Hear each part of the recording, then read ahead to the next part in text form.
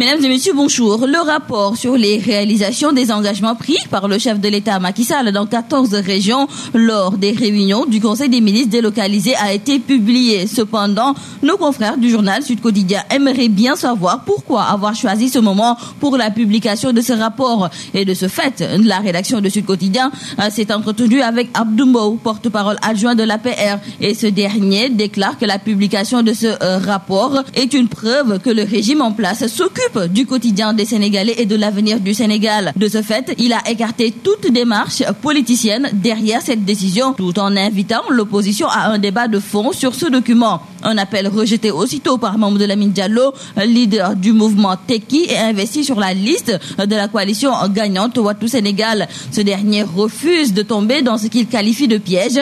Pour cause, il estime que la publication de ce rapport sur les réalisations du gouvernement obéit à une stratégie savamment orchestrée par le Premier ministre, qui est la tête de liste de la coalition Benno Bokk Yakaar, qui vise à détourner l'attention de l'opposition et des Sénégalais sur des questions plus importantes, dont celle de la distribution des cartes. Abondant dans le même sens, Mamadou Goumbala, membre du grand parti de Malick Gakou et investi sur la liste de la coalition Manko Taxawu Sénégal, n'a pas mis de temps pour rappeler la liste des engagements non tenus de l'actuel chef de l'exécutif. Et justement, aujourd'hui, nos confrères du quotidien Le Soleil nous parlent du Conseil des ministres qui s'est tenu hier. Et nos confrères nous indiquent que le chef de l'État, Macky Sall, a demandé un audit exhaustif des concessions d'électrification rurale conçues par l'ASER. Restons avec nos confrères du journal Le Soleil. C'est pour parler de cette rencontre qui va se tenir aujourd'hui au siège de la RTS à l'initiative du CNRA et devant regrouper les partis politiques, coalitions de partis politiques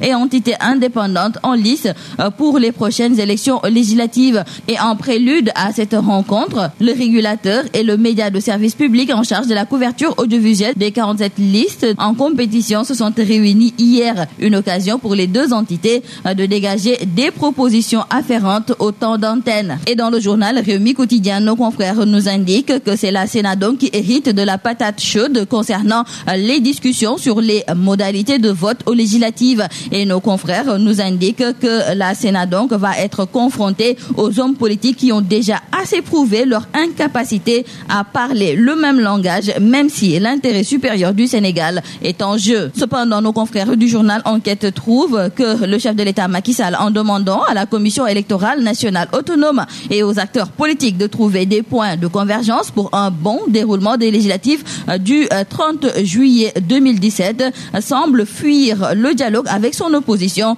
Nos confrères nous indiquent donc que Macky Sall ne semble point être dans de bonnes dispositions d'ouvrir des concertations autour de la pléthore de listes qui se sont déclarées pour les élections législatives. Et justement, concernant toujours ces élections, l'on nous signale que jusqu'à présent, bon nombre de Sénégalais n'arrivent pas à retirer leur carte d'identité numérisée. En plus de cela, c'est demain qu'expirent les cartes d'identité numérisées. Ces cartes qui ont été prorogées par décret à la veille du référendum du 20 mars 2016 avant d'être encore prorogées par décret présidentiel risquent, sauf extraordinaire, d'être encore une fois de plus prorogées. Et selon nos confrères du journal La Tribune, c'est une situation qui met à nu l'incompétence du gouvernement, incapable d'assurer un service public de qualité à ses concitoyens malgré les milliards de francs CFA dépensés pour la confection de ce précieux sésame. Bientôt, la campagne électorale pour les élections législatives va démarrer et Maître Abdoulaye Wade sera de la partie. Nos confrères du journal Les Échos nous indiquent que l'ancien président de la République sera à Dakar le 5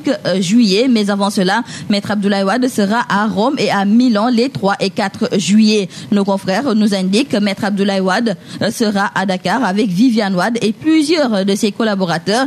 Il tiendra 8 meetings et démarrera sa campagne par Mbacké. Donc, nos confrères d'ajouter que l'ancien chef de l'État va débarquer en jet privé prêté par un ami. La délégation gouvernementale qui était attendue à Oudalaye hier au chevet des sinistrés et des familles des 6 victimes du drame qui a ravagé ce village du département de Ranérou-Ferlo suite à des pluies diluviennes n'a pas pu rallier la zone. Nos confrères de Vox Populi qui nous en parlent nous indiquent que cette délégation conduite par le ministre ministre de l'Intérieur, Abdoulaye Daouda Diallo, a dû renoncer au voyage qui devait se faire par hélicoptère compte tenu de la difficulté à accéder à cette partie du Ranérou-Ferlo. Les routes, qui sont essentiellement des pistes en latérite, sont impraticables à cause de la pluie qui les a transformées en mares boueuses. Ainsi donc, les équipes et autres responsables de l'administration à bord de véhicules 4x4 qui devaient précéder la délégation gouvernementale sur place ont passé plus de 6 heures de galère sous une pluie battante sans pouvoir arriver à bon port.